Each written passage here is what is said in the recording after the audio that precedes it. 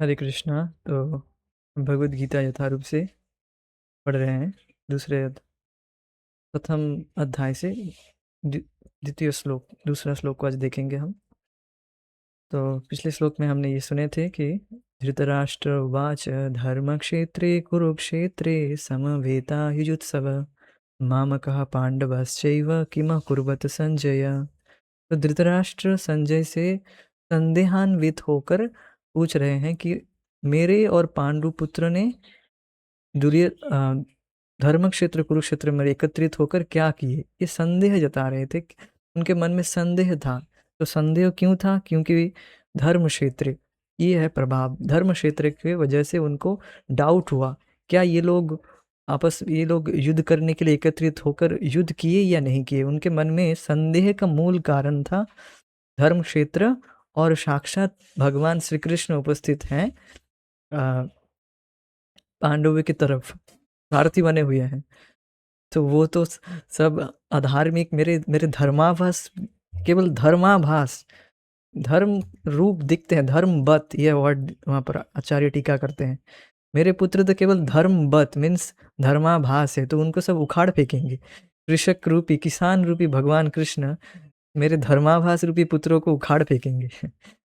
तो ये भी एक सरस्वती जी टीका अर्थ करते हैं, हमने सुने थे। तो अब इसका ऐसा कुछ हुआ नहीं है, इसको बताने के लिए अब संजय धृतराष्ट्र को थोड़ा आश्वासन देंगे कि ये सब घबराने की ज़रूरत नहीं है, ऐसी कोई बात नहीं हुई है।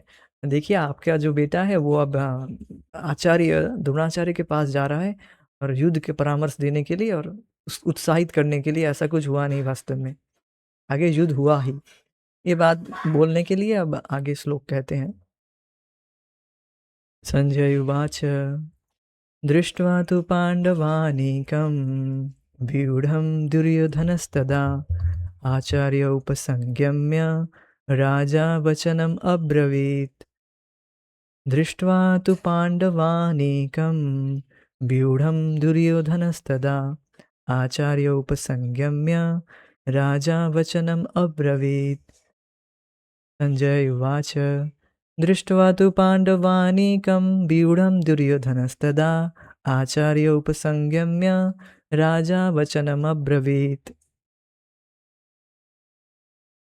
अनुवाद। संजय ने कहा, हे राजन, पांडुपुत्र द्वारा सेना की व्यूह रचना देखकर राजा दुर्योधन अपने गुरु के पास गया। उसने यह शब्द कहे। क्या शब्द कहे उसको हम नेक्स्ट क्लास में देखेंगे।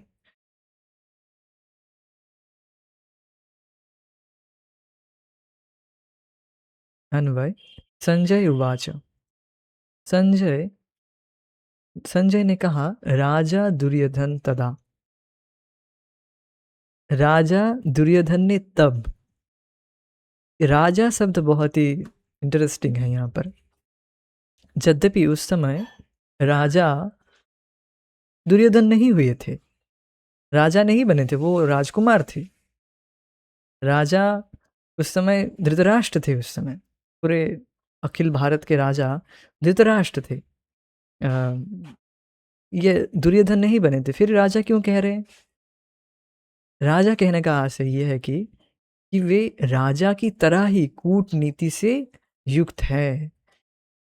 अरे देखो, आपका बेटा तो राजा जैसा कार्य कर रहा है, उसको मतलब घबराने की जरूरत नहीं, वही राजा है, वही राजा होगा। इस तरह से आश्वासन दे रहे हैं संजय। यद्यपि संजय को पता है कि ये लोग हारेंगे, सब कुछ उनको पता है, फिर भी एक उस समय उनको सांत्वना दे रहे थे। देखो वे तो अपने गुरु के पास जा रहे हैं, गुरु के पास जा रहे, गुरु की मर्यादा, गुरु से मर्यादा अर्थात गुरु के सम्मान दिखाने के लिए गुरु के पास जा रहे हैं युद्ध के लिए, और प्रोत्साहन देने के लिए जा रहे हैं। कूटनीति से कितने एक राजा का ये एक लक्षण है, कितने कूटनीति से भरे हुए हैं वो। तो ये दिखाने के लिए वो राजा कह रहे हैं। राजा वचनम अब्रवीत, तब राजा दुर्योधन ने तब व्यूढ़म, व्यूह रचना पूर्वक स्थित, पांडव अनिकम। व्यूह रचना मतलब, व्यूह मीन्स एक एक आकृति, एक विशेष प्रकार की आकृति से सेनाओं को खड़ा कर देना, जिस आकृति को भेद कर पाना विपक्ष के लिए बहुत ही कठिन है, दुर्भेद्य है, नॉट पॉसिबल। इसे कहते हैं व्यूह रचना। जैसे क्रॉन्च व्यू हो गया और बहुत बहुत सारे व्यू हैं, व्यू रचना की जाती है जिसको भेद पाना कठिन है। तो पांडव अनिकम, तो दुर्योधन ने तब देखा कि दृष्टवा, तो देख कर कि देखो व्यूढ़म, व्यूढ़, इन्होंने व्यू रचना कर दिया और सेनाओं को इकट्ठा कर लिया इतने कम समय में। ये तो लोग अज्ञातवास चले गए थे, 12 साल वन में थे, फिर 1 साल अज्ञातवास, 13 साल वो बाहर रहे, कुछ राजकाज कुछ नहीं किए और ज़्यादा दिन नहीं बीता, 1 साल भी नहीं हुआ। कुछ ही समय में ये लोग 7 अक्षौहिणी सेनाओं को इकट्ठा कर लिए थे। 7 अक्षौहिणी और कुरु की तरफ 11 अक्षौहिणी सेनाएँ थी। इतने कम समय में 7 अक्षौहिणी सेना, पांडव अनिकम। तो ये लोग सेनाओं को इकट्ठा तो कर लिए थे, साथ-साथ व्यूह भी रचना कर लिए। दृष्टवा, तो देखकर, और आचार्यम उपसंगम्य, द्रोणाचार्य के पास उपसंगम्य मीन्स उपस्थित होकर, वचनम अब्रवीत। वचनम अब्रवीत का अर्थ दिया जाता है कि बोलने वाले शब्द वो कहे, ऐसे शब्द कहेंगे जिससे वो आचार्यों को, अर्थात उनको थोड़ा उत्तप्त करना चाहते हैं, उनको थोड़ा मतलब गुस्सा नहीं कहूँगा, एक्साइट करना चाहे, उद्दीप्त उद्दीप्त करना चाहेंगे, जिससे कि वो स्नेह से ना भर जाए कि दूसरे पक्ष में सभी उनके ही सब स्टूडेंट्स हैं, तो स्नेह से भर सकते हैं। अर्जुन के प्रति विशेष स्नेह है, द्रोणाचार्य और इत्यादि, अर्जुन सबसे खास स्टूडेंट थे, तो स्नेह हो सकता है, इसलिए वे इस तरह के वाक्य कहेंगे जिससे वो उद्दीप्त हो जाए। तो अब्रवीत कहा, सारा अर्थवर्षणी। तो इससे पहले हम श्लोक को फिर से एक बार देख लेते हैं। दृष्टवा तो पांडव अनिकम, देखकर पांडव अनिक, पांडवों के सेनाओं को देखकर, व्यूढ़म दुर्योधनस्तदा, व्यू रचना को देखकर दुर्योधन ने तब आचार्यम उपसंगम्य, आचार्य मीन्स द्रोणाचार्य के पास उपस्थित हुए। द्रोणाचार्य उस समय सेनापति तो नहीं थे, किंतु वो द्वितीय सेनापति के रूप में थे। भीष्म पितामह जब धराशायी हुए थे, उसके बाद द्रोणाचार्य को आज सेनापति के रूप में घोषित किया गया था। ऐसे एक हायरार्की रचना की गई थी कि एक के बाद एक जब धराशायी होगा तो दूसरा व्यक्ति सेनापति होगा, लीडर होगा। तो यद्यपि अब द्रोणाचार्य के पास क्यों गए कि द्रोणाचार्य वे युद्ध विद्या में वे ही टीचर थे, सभी के आचार्य थे, तो उनके पास गए। राजा वचनम अब्रवीत, और ये वचन कहे, तो वो वचन हम कल सुनेंगे। सारार्थवर्षिणी टीका। संजय ने धृतराष्ट्र के आंतरिक भाव को समझकर कहा कि आपकी इच्छानुसार युद्ध अवश्य ही होगा, परंतु इसका परिणाम धृतराष्ट्र के मनोरथ के विपरीत होगा। ये जानकर संजय दृष्टवा आदि शब्द कह रहे हैं। संजय को पता था कि जैसा सोच रहे हैं, मतलब जैसा मनोरथ कर रहे थे धृतराष्ट्र कि मेरा पुत्र ही जीतेगा, मेरे ही पुत्र गण ही जीतेंगे, किंतु ऐसा होने वाला नहीं था। उनके इच्छानुसार युद्ध तो अवश्य भी होगा ही, परंतु इसका परिणाम, इसका फल उनके धृतराष्ट्र के मनोरथ के विपरीत ही होगा। धृतराष्ट्र सोच रहे थे कि मेरे पुत्र ही जीतेंगे, मेरे पुत्र की ओर भीष्म पितामह है जो अनडिफीटेड चैंपियन थे, कभी हारे नहीं थे भीष्म पितामह। वे परशुराम के साथ भी युद्ध किए थे और उनको, जो परशुराम सारे क्षत्रियों को हरा दिए थे, सभी क्षत्रियों को हरा दिए थे, उस परशुराम से भी वे युद्ध किए और हरा नहीं पाए। नारद जी आकर दोनों को शांत किए। तो भीष्म पितामह है, द्रोणाचार्य हैं, द्रोणाचार्य को भी उनको भी वरदान इच्छा मृत्यु के वरदान प्राप्त है उनको भी। वे भी इच्छा मृत्यु जब उन वे चाहेंगे तभी वे मर सकते हैं, ऐसा उनको भी वर प्राप्त हुआ है। द्रोणाचार्य वे उनका नाम द्रोणाचार्य क्यों पड़ा? द्रोण अर्थात कलश, कलश से उनका जन्म हुआ था। महर्षि भरद्वाज के वीर्य से वे वे उनका जन्म हुआ था। महर्षि भरद्वाज एक अप्सरा को देखे थे और कहीं पर किसी नदी में वे नहाने के लिए गए थे, स्नान करने के लिए गए थे। फिर वो एक अप्सरा को देखे, अप्सरा का नाम मुझे याद नहीं आ रहा है अभी। तो वे एक अप्सरा को देखकर उनको उनका वीर्य स्खलित हुआ और फिर वे उस वीर्य को नष्ट ना हो जाए तो इसलिए वे एक कलश में रख दिए थे। फिर उसी कलश से द्रोणाचार्य का जन्म हुआ था। तो इसलिए उनका नाम पड़ गया द्रोणाचार्य। द्रोण मीन्स कलश। द्रोणाचार्य फिर आगे जाकर उनका प्रतिपालन किए वे ऋषि महर्षि भरद्वाज, वे आगे जाकर उनका प्रतिपालन किए अपने ही आश्रम में। और आगे जाकर वे परशुराम को बहुत प्रसन्न किए थे द्रोणाचार्य। उनको प्रसन्न करके बहुत सारे युद्ध कलाएं सीख लिए थे। बहुत ही डिवाइन युद्ध कला, दिव्य कलाएं सीख लिए थे, युद्ध कला। तो उनको उनको उनको ये भी वरदान प्राप्त हुआ था कि वे जब तक उनके हाथ में अस्त्र होगा उनको कोई हरा नहीं सकता था। तो ये सब बात है। तो ये सब देखकर, और परशुराम थे और अश्वत्थामा और कृपाचार्य, ये सब कभी हारे नहीं थे।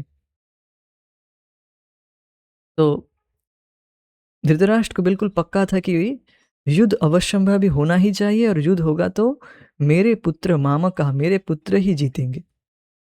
तो किंतु ऐसा होने वाला नहीं था। उनके मनोरथ के बिल्कुल विपरीत होगा। ये जानकर, ये सब जानकर संजय दृष्टवा आदि शब्द कह रहे हैं। देखिए, आपके पुत्र ने तो ऐसा युद्ध के लिए आगे बढ़ रहे हैं, दृष्टवा आदि सांत्वना देने के लिए बोल रहे हैं। यहाँ व्यूढ़ व्यूढ़म शब्द का तात्पर्य व्यूह रचना पूर्वक अवस्थित पांडवों की सेना से है। अतः राजा दुर्योधन अंदर से भयभीत होकर पश्यताम इत्यादि 9 श्लोक कह रहे हैं। ये आगे के श्लोक में हम देखेंगे। तो अर्थात यहाँ पर इससे पता लगता है कि राजा दुर्योधन द्रोणाचार्य के पास जाने के 2 आशय है।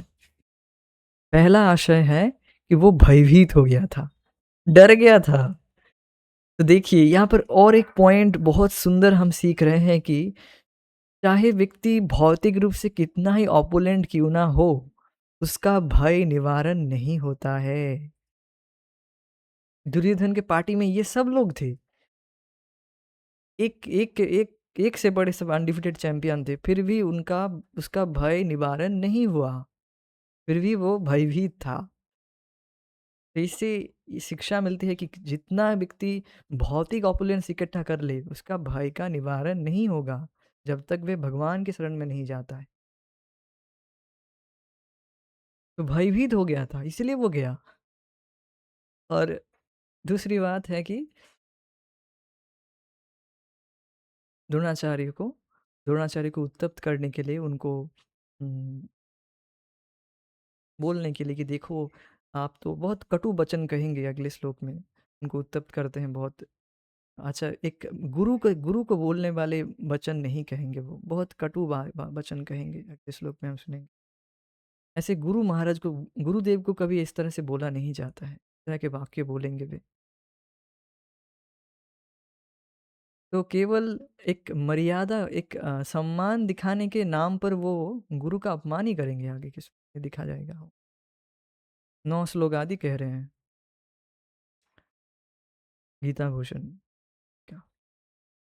धृतराष्ट्र जन्मांध थे, परंतु ज्ञान दृष्टि से संपन्न थे। तथापि अब धर्म और प्रज्ञा दोनों के लोप के कारण मोह से अभिभूत होकर उन्होंने ये सोचा कि कहीं मेरा पुत्र दुर्योधन किसी समय पांडवों को उनका राज्य ना दे दे।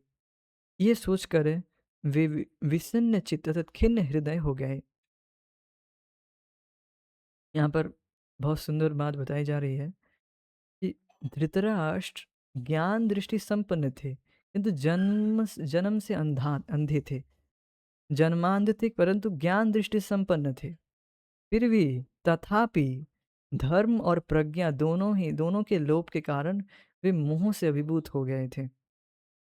मोह से अभिभूत होने का कारण मतलब क्यों बता रहे हैं? क्योंकि वे हमेशा से जानते थे कि उनके पुत्र सब अ, अधार्मिक हैं। उस धृतराष्ट्र को पता है कि सब कुछ क्या धर्म है, क्या धर्म है, उनको पता है। फिर भी वे मोह से अभिभूत होकर ये निर्णय नहीं कर पा रहे थे कि क्या करना चाहिए, क्या क्या करणीय है। वे राजा थे, धृतराष्ट्र राजा थे, तो वे चाहते तो युद्ध को रोक सकते थे, तो वे ऐसा नहीं किए। मोह के वजह से है। तो ये मोह के वजह से अभिभूत होने के कारण व्यक्ति की प्रज्ञा मीन्स बुद्धि वो ढक जाती है, और फिर धर्म क्या है और अधर्म क्या है उसके विषय में वे निर्णय नहीं ले पाता। तो समझ रहे हैं कि मोह हो जाने की वजह से व्यक्ति की दृष्टि, ज्ञान दृष्टि वो ढक जाती है। तो फिर क्या करना चाहिए, क्या करणीय है और क्या नहीं करना है वो समझ नहीं पाता है। मोह मीन्स जो नहीं है उसको मान लेना कि ये है।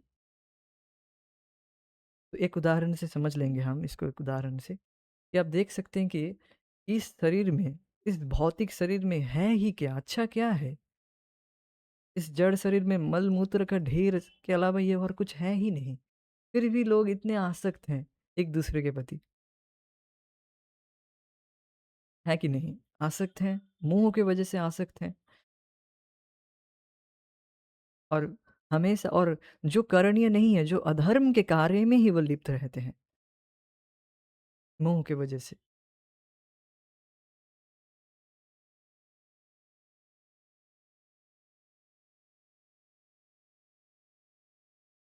तो अभिभूत होकर उन्होंने ये सोचा कि कहीं मेरे पुत्र दुर्योधन किसी समय पांडवों को उनका राज्य ना दे दे।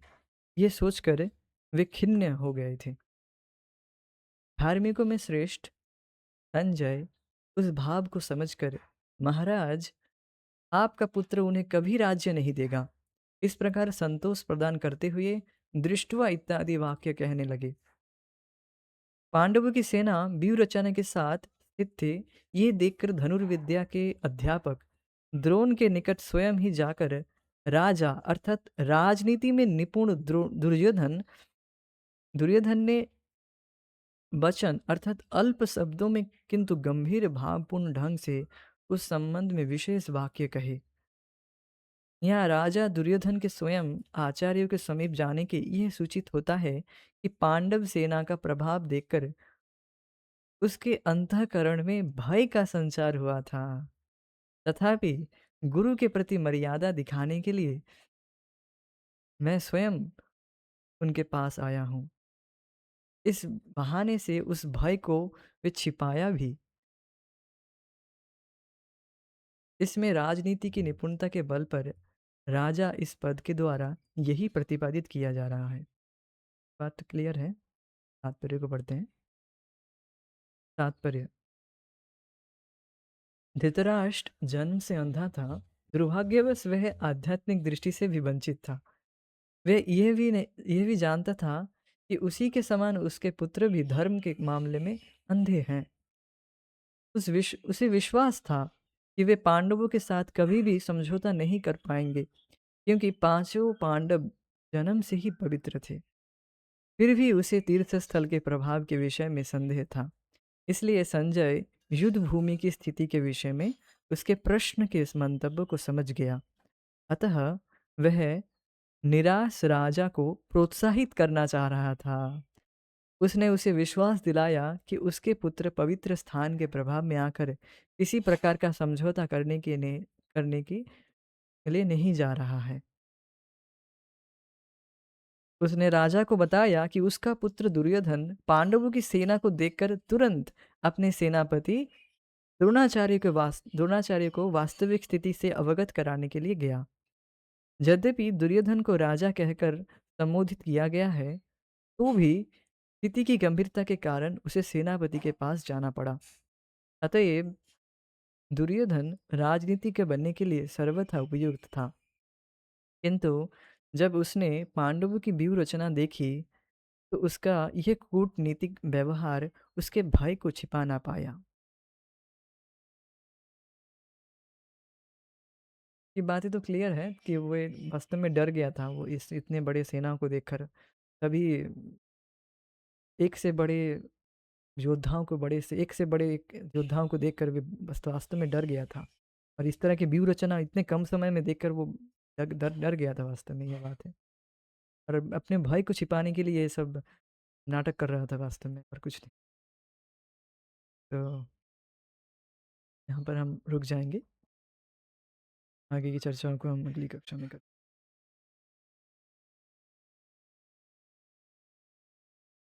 तो इस और एक विषय से हम छूट गया यहाँ पर, वो प्रथम इस अध्याय का कुछ एक इंट्रोडक्शन बताते हैं बलदेव विद्याभूषण जी, उसको भी एक बार पढ़ लेता हूँ।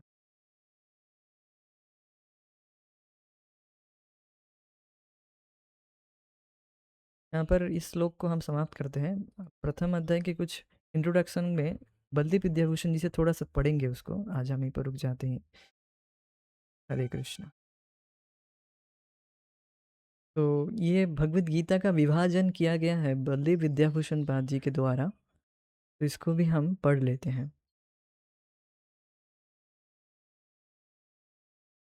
गीता 6 अध्यायों के 3 समूहों में विभाजित है। पहले 6 अध्यायों में जीव, जो भगवान का एक अंश है, उसके स्वरूप का वर्णन है। पहले 6 अध्यायों में अंशी भगवान की भक्ति में नियोजित होने के लिए।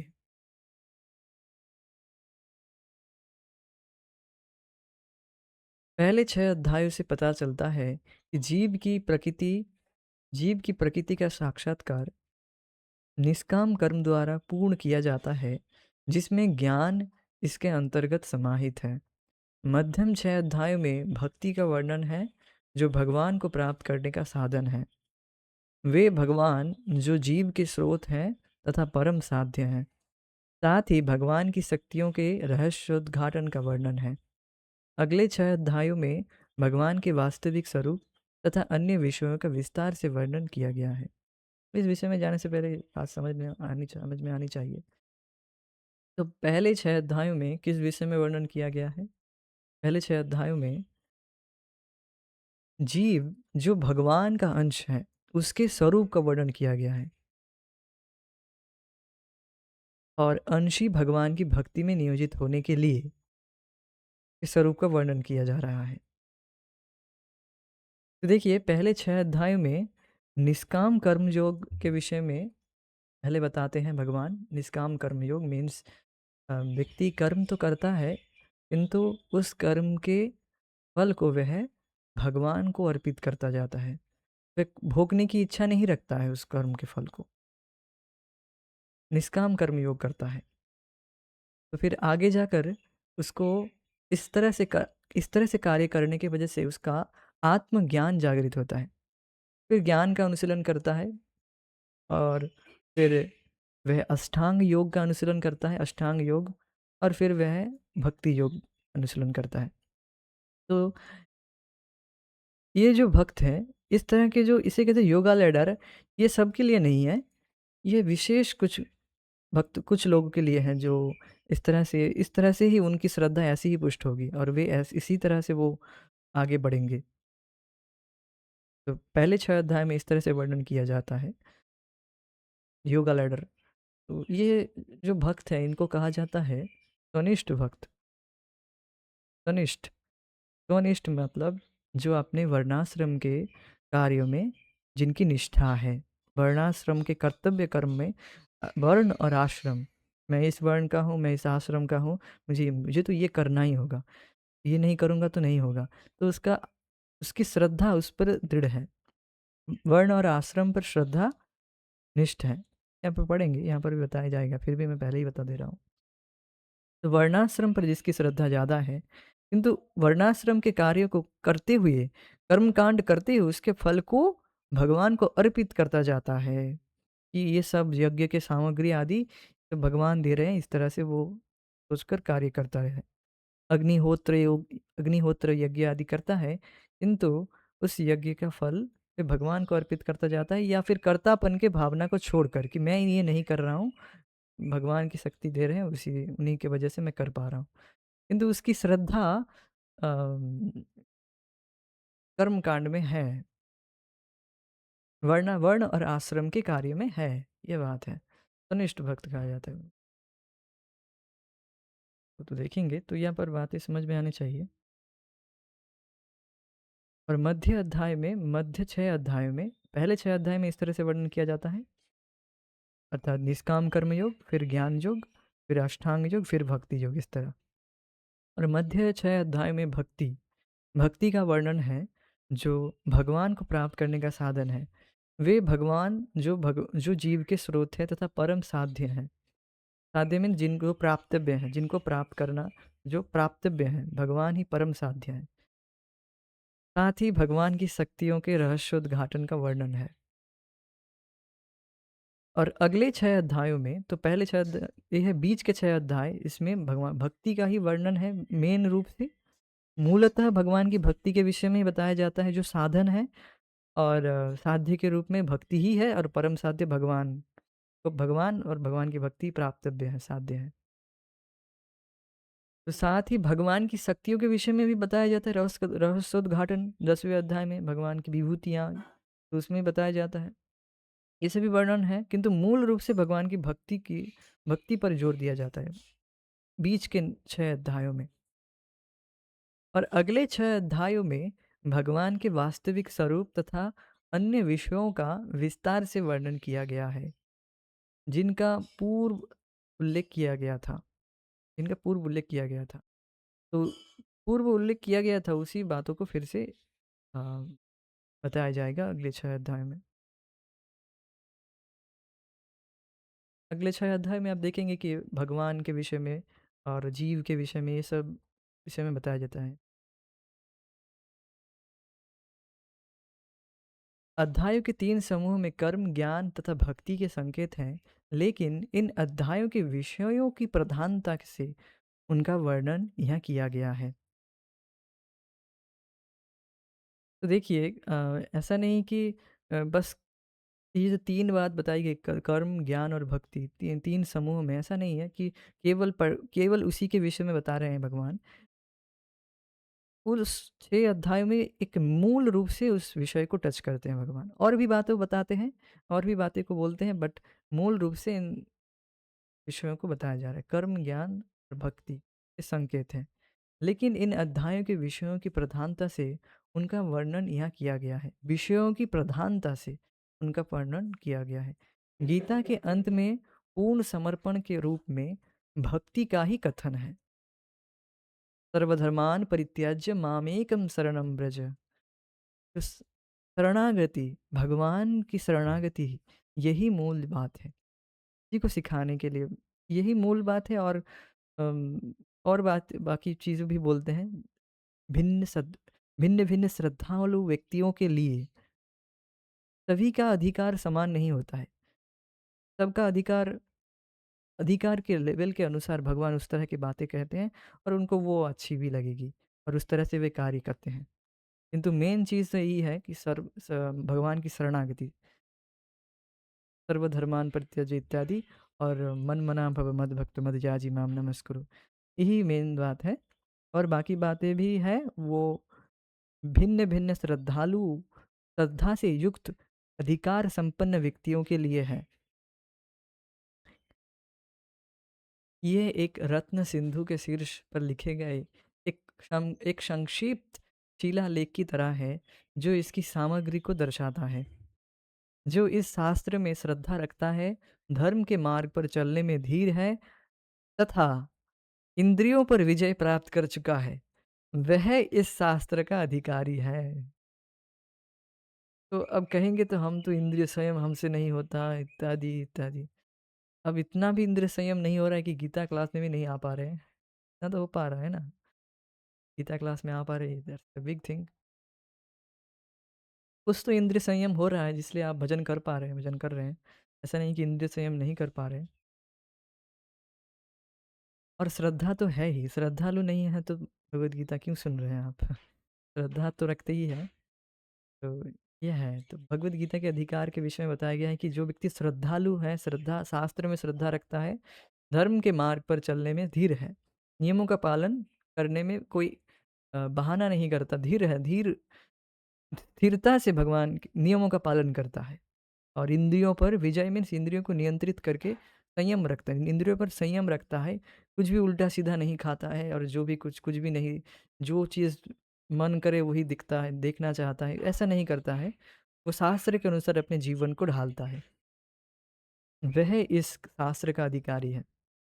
बेसिकली एक ये बात बहुत महत्वपूर्ण है कि इंद्रियों पर अगर व्यक्ति संयम नहीं करेगा तो वो वैसे ही हुआ जैसे आप किसी ड्रम में, किसी डिब्बे या ड्रम में आप पानी भरते जा रहे हैं और लीकेज है, मतलब उससे उससे उस ड्रम में पानी नहीं भरेगा। इसी तरह से आप सब कुछ कर रहे हैं किंतु इंद्रिय संयम नहीं कर रहे हैं तो उतनी तेजी से प्रगति नहीं कर पाएंगे आप। इंद्रिय संयम जरूरी है बहुत, बात है। इंद्रिय संयम करना ज़्यादा कठिन नहीं है, बस हमें इंद्रियों को भगवान की सेवा में लगाए रखना है, और सारी सारी इंद्रियां अपने आप से संयमित हो जाती हैं, और जाने का मन ही नहीं करता है कि ये खाओ वो खाओ।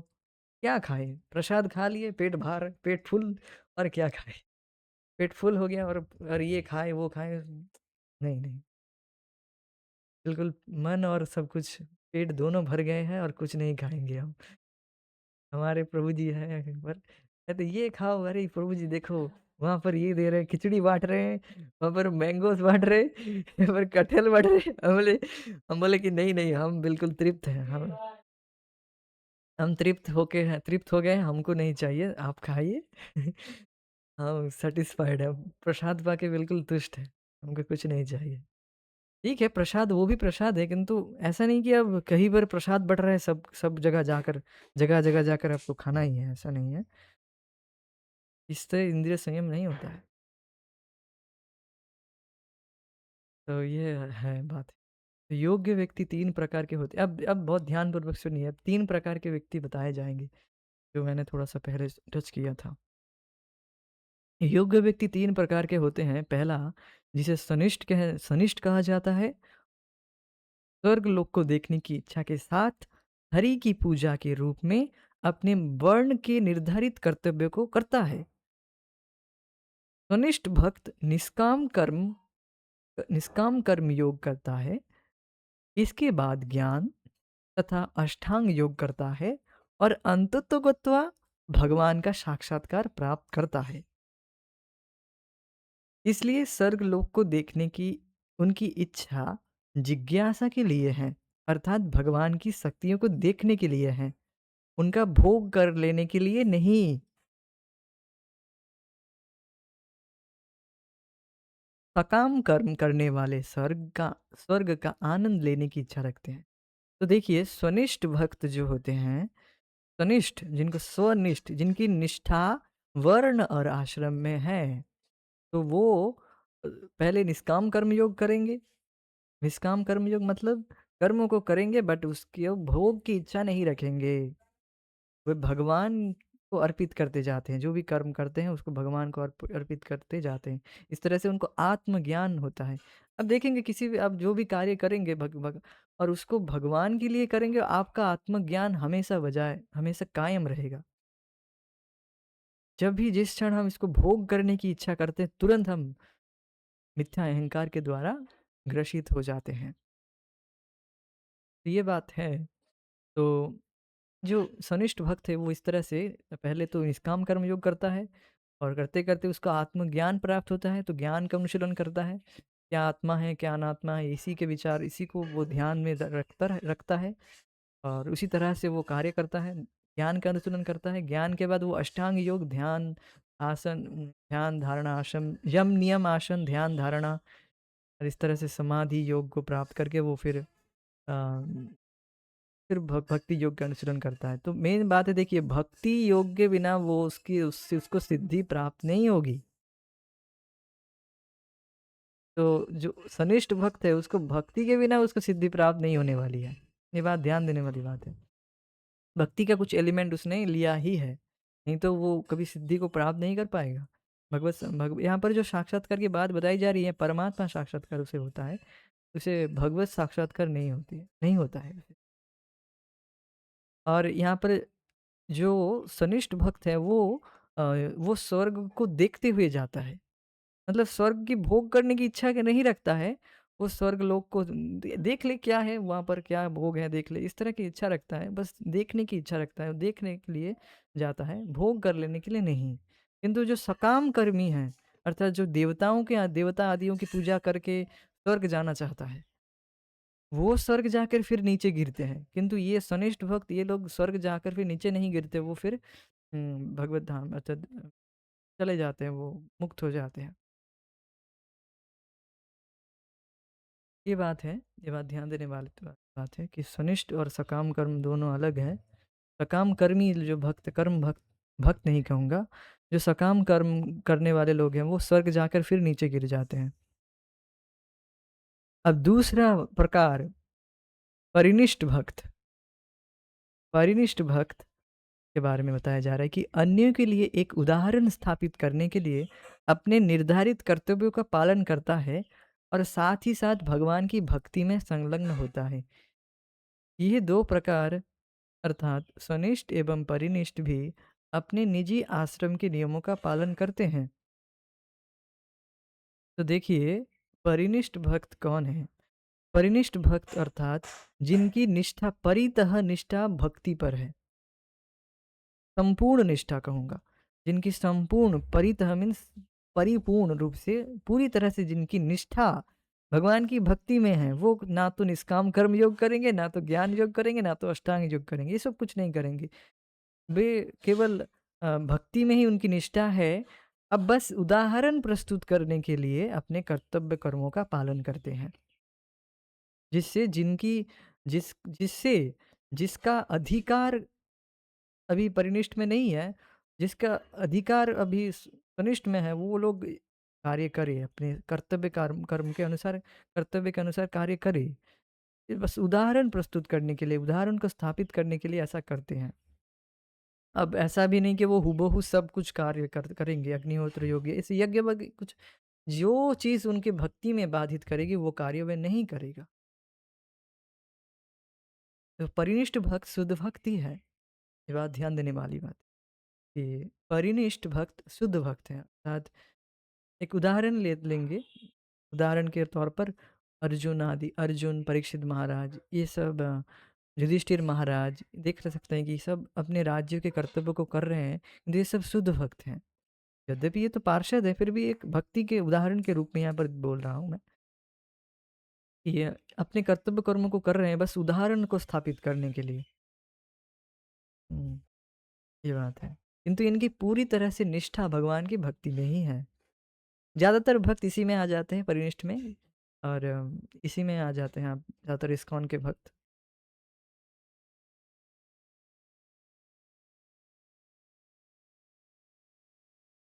तो आप समझ गए कि वर्णाश्रम के नियमों का पालन ये भी करते हैं, किंतु हूबहू सब नहीं करते। जितना करना हो है वो कर लेते हैं, एक उदाहरण दिखाने के लिए, प्रस्तुत करने के लिए वो कर लेते हैं, ये बात है। अब तीसरा प्रकार जिसे निरपेक्ष कहा जाता है, जिसका हृदय तप, जप, सत्यता और अन्य कार्यों से शुद्ध हो गया है, वह केवल भगवान हरि की पूजा में लीन है। केवल भक्ति करना, वर्ण कर्तव्यों का पालन नहीं करना, वह किसी भी आश्रम के कर्तव्यों का पालन नहीं करता। तो निरपेक्ष भक्त अर्थात जो सन्यासी, ब्रह्मचारी, बाबा जी लोग हैं, तो वे निरपेक्ष भक्त कहलाते हैं। वो अभी उनको कुछ जगत से कुछ मतलब नहीं है, उनको कुछ कुछ उदाहरण कुछ प्रस्तुत करना ही नहीं है बस। वो भगवान की भक्ति में ही वो मतलब डूबे रहते हैं और कुछ नहीं चाहते हैं। वो हमें वो पूरा दिन भर वो जप करेंगे और भगवान भक्ति करेंगे, प्रचार कार्य में लगेंगे, ये सब करेंगे, वो उनको कुछ उदाहरण प्रस्तुत नहीं करना है।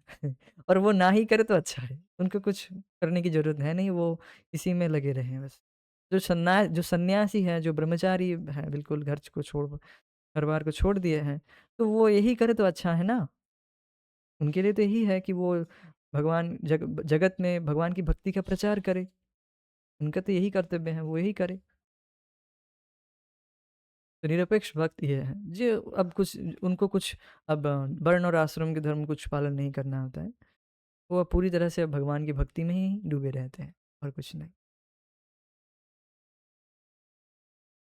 केवल भक्ति का वर्ण और कर्तव्य का पालन नहीं करता है। वह किसी भी आश्रम के कर्तव्य का पालन नहीं करता। तो इस तरह से हमने यहाँ पर वर्णन किया गया है कि प्रथम 6 अध्यायों में निष्काम कर्म योग और ज्ञान योग, अष्टांग योग और भक्ति योग, ये जो चीज़ है ये प्रथम 6 अध्याय में समाप्त हो जाता है। अब आगे अब भगवान की भक्ति के विषय में ही वर्णन किया जाता है। हाँ, और कुछ नहीं है। और कुछ-कुछ और भी बातों को लेते हैं, किंतु मूल रूप से भक्ति को ही भगवान बताते हैं। और 3 तरह के भक्त के विषय में हमने यहाँ पर सुना है, तनिष्ठ, परिनिष्ठ और निरपेक्ष। तनिष्ठ अर्थात जिनकी निष्ठा वर्णाश्रम में है, जो निष्काम कर्म योग, ज्ञान योग, अष्टांग योग, भक्ति योग इस तरह से करते हैं, एक मतलब स्टेप बाय स्टेप आगे बढ़ते हैं। तो इस तरह के भक्त हम हैं नहीं, बस जान रहे हैं बस। और परिनिष्ठ में ज़्यादातर भक्त आ जाते हैं जो बस कुछ उदाहरण प्रस्तुत करने के लिए कर लेते हैं, जिनकी कुछ रुचि नहीं है इन वर्णाश्रम के धर्म के कर्मों को करने के लिए, बिल्कुल रुचि नहीं है। भगवान की भक्ति को ही वो निष्ठापूर्वक करते हैं, वही करके वो सुखी रहते हैं, अच्छा, उनको वही अच्छा लगता है। और और बिल्कुल जो सब कुछ अब जो उदाहरण भी नहीं पेश करना चाहते हैं, हमको उदाहरण भी नहीं दिखाना है, तो केवल भक्ति करनी है, तो वो हो गए निरपेक्ष भक्त। और तो ये और एक बात कहना चाहूँगा, निरपेक्ष और परिनिष्ठ ये दोनों ही शुद्ध भक्त हैं। इन दोनों में भेदभाव नहीं रखना चाहिए कि ये तो पूरी तरह से भक्ति में है, ये तो उदाहरण नहीं कर रहे हैं, तो ये अच्छे हैं और ये नीचे हैं, ऐसा नहीं। दोनों ही शुद्ध भक्त हैं, ये बात ध्यान देने वाली बात है। यहाँ पर हम रुक जाएँगे अब हम अगली कक्षा में अगले विषयों को चर्चा करेंगे। हरे कृष्णा, जय श्रील प्रभुपाद निताय गौर प्रेमानंदे। Thank you so much, thank you for joining us. Hare Krishna.